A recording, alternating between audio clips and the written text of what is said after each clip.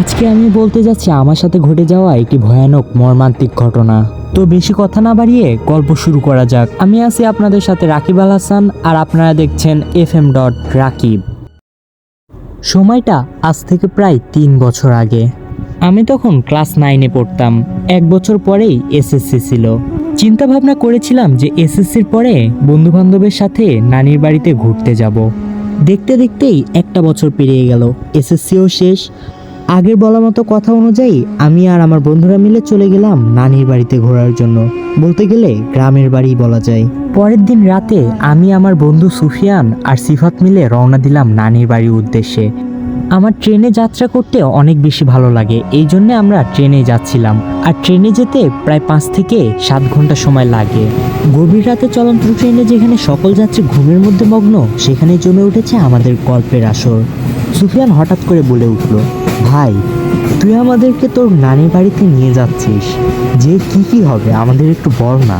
আমি সেই মুহূর্তে তার কথার উত্তর দিয়ে বলে উঠলাম, আরে বেটা, আমার নানির বাড়ির পাশে একটা বিরাট নদী আছে, আমরা সেখানে যেয়ে প্রচুর মজা করতে পারবো। সিফাত আমার কথাটা শুনে বলে উঠল, রাকিব তাহলে তো মাছ ধরা হবে। আমিও তাদের কথায় সায় দিয়ে বললাম, আরে চিন্তা নেই, যে যা মন চায় তাই করতে পারবো আমরা। এমনই ছোটোখাটো গল্প করে আমাদের যাত্রাটা সম্পূর্ণ হলো এবং পরের দিন সকালে আমরা পৌঁছে গেলাম আমাদের গন্তব্যস্থলে রাজশাহী স্টেশনে। এবং সেখান থেকে একটি অটো ভাড়া করে গ্রামের আঁকাবাঁকা রাস্তা দেখতে দেখতে চলে গেলাম গ্রামের বাড়িতে। যেই আগে বড় মামার সাথে দেখা, বড় মামার সাথে কথা শেষ করে বাড়ির সবার সাথে দেখা করলাম এবং তারপরে আমরা খাবার খেয়ে 3জনই ঘুমিয়ে পড়লাম। ক্লান্তি বেশি থাকার কারণে সন্ধ্যার দিকে নানির ডাকে ঘুম ভাঙলো। এভাবেই দেখতে দেখতে গ্রামের সৌন্দর্য উপভোগ করতে করতে কেটে গেল 3টা দিন। সেদিন সুফিয়ান আমাকে বলে উঠলো, কিরে ভাই, আমাদের না মাছ ধরার কথা ছিল এখানে এসে। আমি লক্ষ্য করলাম পাশে বসেছিল মামা। তার এই কথাটা শুনে তার মুখটা কেমন জানি হয়ে গেল। মামা বলে উঠলো, ও না না না, তোমাদের মাছ ধরার কোনো প্রয়োজন নেই। তোমরা শহর থেকে এসেছো, ঘোরাফেরা করো, গ্রামের সৌন্দর্য উপভোগ করো, তারপর চলে যেও। মাছ ধরার কোনো প্রয়োজন নেই। তোমাদের যদি মাছ খাওয়ার ইচ্ছা হয় তাহলে আমি কাল বাজার থেকে বড় একটা মাছ নিয়ে এসে দিবনি।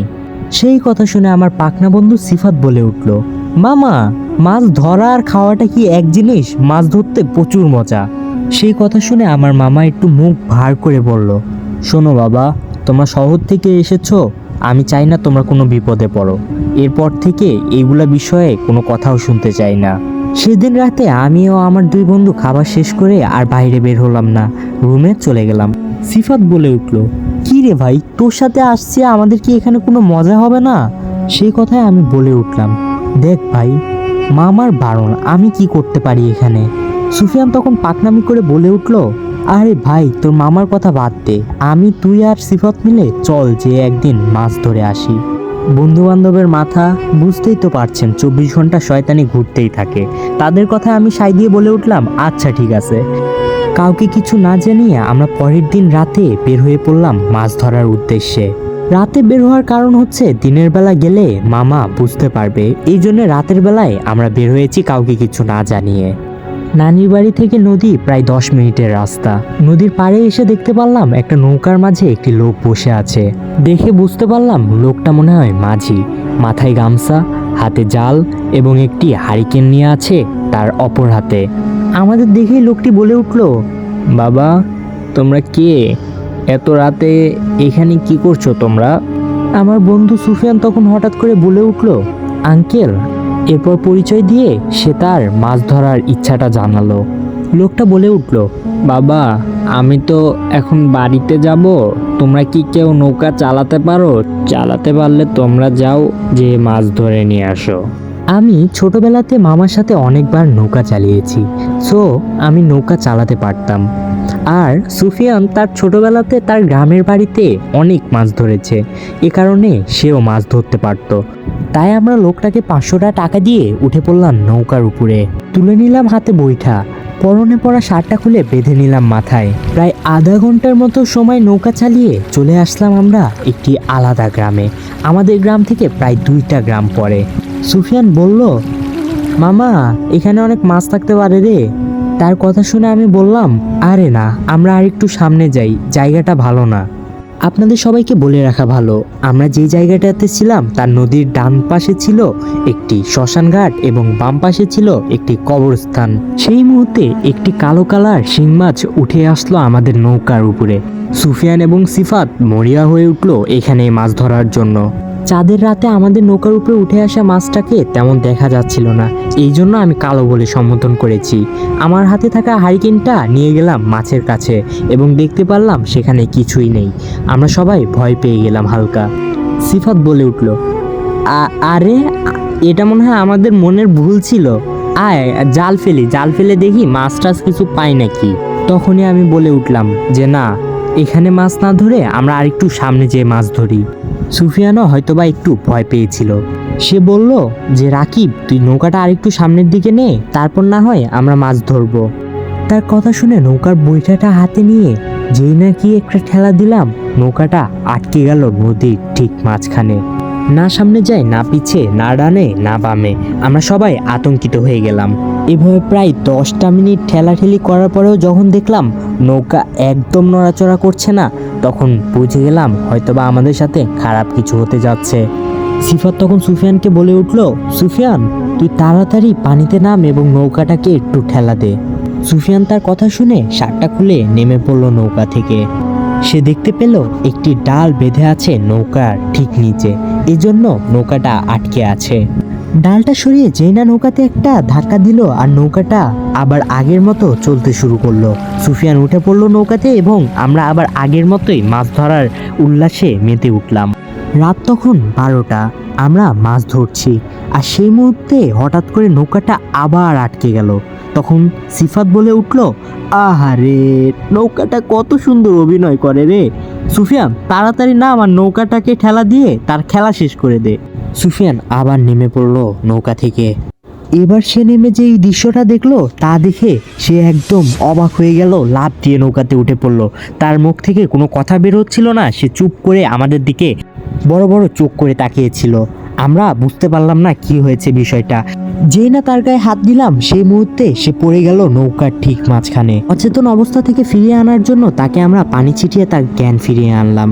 কি রে সুফিয়ান, কি হয়েছে তোর, আমাদেরকে বল। সুফিয়ান তখন ভয় ভয় কণ্ঠে বলল, আমি যখন নৌকা থেকে নামলাম, নেমেই দেখলাম যে একটি লাশ আমাদের নৌকার সাথে আটকে আছে। প্রাণীন সেই নিথর দেহটার মাথাটা ছিল না। ওর মুখ থেকে এই কথাটা শুনে আমি এবং সিফাত আতঙ্কিত হয়ে পড়লাম এবং নৌকাটা তাড়াতাড়ি চালানো শুরু করলাম, কিন্তু নৌকাটা আগের মতোই আছে, একটুকু নড়াচড়া করছে না। প্রায় আধা ঘন্টার মতো চেষ্টা করার পরেও যখন দেখলাম নৌকাটা নড়াচড়া করছে না, তখন সূরা কালমা পড়ে ফু দিতে শুরু করলাম। সিফাত বলল, এটা লাশ, এই লাশকে না সরালে নৌকা যাবে না, নৌকা লাশের সাথে আটকে আছে। তখন সুফিয়ান বলে উঠল, হ্যাঁ ভাই, আমি হয়তো একটু ভয় পেয়ে গেছিলাম, কিন্তু নৌকাটার থেকে লাশটা আগে সরাতে হবে। এই কথাটা বলে নেমে পড়ল সুফিয়ান আবার পানিতে। নেমেই সে অবাক হয়ে গেল, কারণ লাশটা আবার আগের জায়গাটাতে নেই এবং সে দেখে যে একটি ডাল নৌকার সাথে বেঁধে আছে। সেই ডালটাকে সরিয়ে দিয়ে নৌকাতে আবার উঠে পড়ল। উঠে সম্পূর্ণ ঘটনাটা আমাদেরকে খুলে বলল।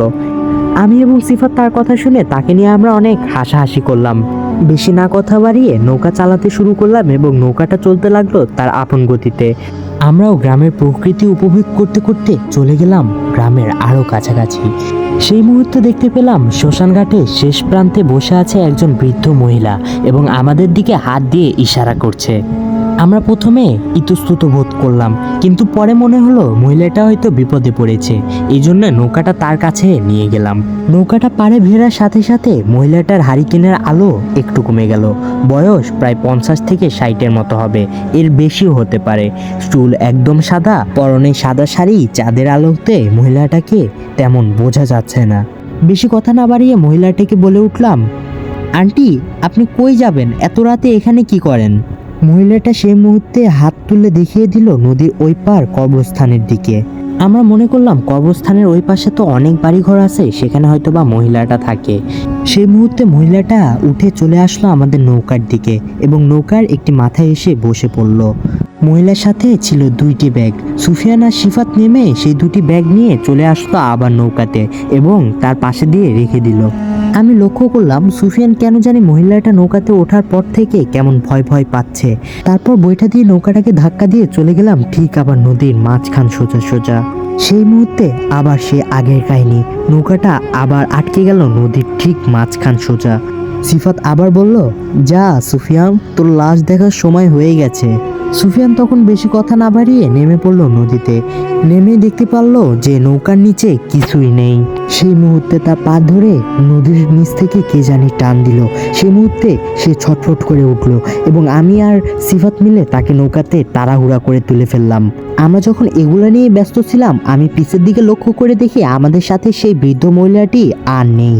তখনই সুফিয়ান বলে উঠল যে, ভাই তুই জানিস, আমি যখন ওই বৃদ্ধ মহিলাটার ব্যাগ নেওয়ার জন্য নিচে নেমেছিলাম, তখন আমি লক্ষ্য করেছি ওই বৃদ্ধ মহিলার পাগুলো পিছের দিকে ছিল। বাস, আমাদের আর কিছুই বুঝতে বাকি থাকলো না। আমরা যেটুকু মাছ ধরেছিলাম, লক্ষ্য করলাম সে মাছগুলো আর নেই, হয়তোবা সেই নিয়ে গেছে। সেই মুহূর্তে আমাদের নৌকাটা অস্বাভাবিকভাবে নড়াচড়া শুরু করলো এবং এক মুহূর্তে নৌকাটা পল্টে গেল এবং আমরা পানিতে পড়ে গেলাম। আমি এবং সিফাত সাঁতার পারতাম না, দুজন মিলে ছটফট করা শুরু করে দিলাম। নিজের সাথে অনেকক্ষণ যুদ্ধ করার পর শেষ পর্যায়ে লক্ষ্য করলাম আমরা আস্তে আস্তে অচেতন হয়ে যাচ্ছি। তারপরে কি হয়েছে কিছুই মনে নেই। পরের দিন সকালে ঘুম ভেঙেছিল একটি মাটির বাড়িতে। টিনের ফুটা দিয়ে রোদের আলো এসে পড়লো আমার চোখে। তখন আমার ঘুম ভাঙলো এবং আমি জিজ্ঞেস করে উঠলাম যে আমি কোথায়। তখন পাশে থাকা একজন মুরব্বী লোক বলে উঠলো, তোমরা কে এবং তোমরা কোথা থেকে এসেছো। নিজের পরিচয় দিয়ে আগের দিনের সকল ঘটনা তাদেরকে খুলে বললাম এবং মামার সাথে যোগাযোগ করে আমাদের পাঠিয়ে দিল আমাদের গ্রামের বাড়িতে। মামার সাথে দেখা হওয়ার সাথে সাথে মামা আমাদেরকে অনেক বকাবকি করলো এবং বলল যে আমি তোমাদের নিষেধ করেছিলাম যাওয়ার জন্য, তারপরে তোমরা কেন গিয়েছো। সেই দিন রাতে আমরা মামাকে জিজ্ঞেস করেছিলাম, মামা আমাদের সাথে এত কিছু ঘটে গেল, এগুলোর কারণ কি। Thank you for watching this video guys. ভিডিওটা দেখার জন্য আপনাদেরকে অনেক অনেক ধন্যবাদ। আমি আছি আপনাদের সাথে মোহাম্মদ রাকিব আল হাসান, আর আপনারা দেখছেন FM.রাকিব। আজ থেকে শুরু হতে যাচ্ছে আমার একটি নতুন যাত্রা, যেখানে আমি আপনাদেরকে এরকমই ঘটে যাওয়া বিভিন্ন ধরনের গল্প শোনাবো। এবং আপনাদের কাছে যদি কোনো গল্প থেকে থাকে তাহলে পাঠিয়ে দিতে পারেন আমার ফেসবুক পেজের নাম FM.রাকিব। এছাড়াও আপনারা চাইলে আপনাদের ঘটনাটি লিখে পাঠিয়ে দিতে পারেন আমাদের ইমেল অ্যাড্রেসে। আমাদের ইমেল অ্যাড্রেস পেয়ে যাবেন আমাদের ফেসবুকের ডেসক্রিপশন বক্সে বা চ্যানেলের ডেসক্রিপশন বক্সে। শুরু করলাম নতুন যাত্রা। আমার পাশে থাকবেন সবাই, আর সবাইকে একটি কথা বলবো, আল্লাহ তাআলার উপরে সর্বদাই বিশ্বাস রাখুন, তিনি সর্বশক্তিমান। আল্লাহ হাফিজ গাইস।